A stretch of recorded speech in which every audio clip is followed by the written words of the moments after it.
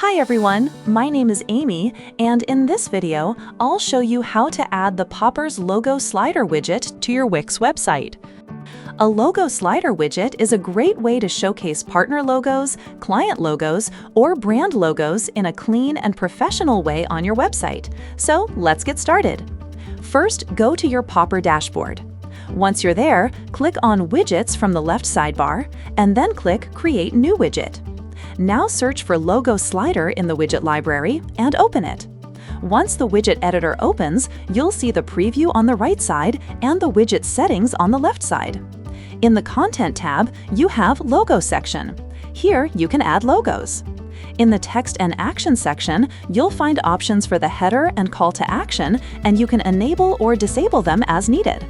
You can also edit the header text, call to action labels, and the CTA URL. Next, go to the Templates tab. In the Display Mode section, you can choose how the preview should appear. In the Configuration section, you can enable or disable arrows, auto-slide, manage pagination, and edit the control colors. In the Sizing section, you can adjust the size, spacing, and maximum width. Then go to the Style tab. In the General Appearance section, you can customize the content background, logo style, and padding. In the Typography and Elements sections, you can adjust the header alignment, title color, title size, and also apply bold or italic styling.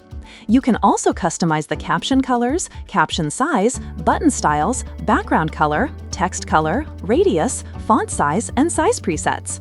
Once you're happy with the customization, click Publish Widget. After that, copy the code and go to your Wix site editor. Now add a Embed HTML block, paste your installation code inside it, and click Apply. Finally, publish your website. Once your website is live, refresh the page, and your widget will appear successfully. That's it for this video. I'll see you in the next one.